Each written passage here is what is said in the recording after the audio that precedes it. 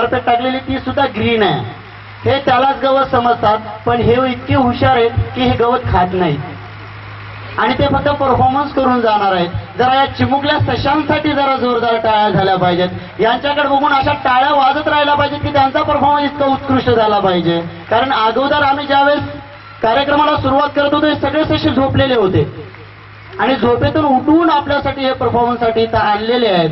आपल्या समोर गीत सादर होत आहे, ससा रे ससा. जरा जोरदार टाळ्या परत एकदा या सर्व सशांसाठी.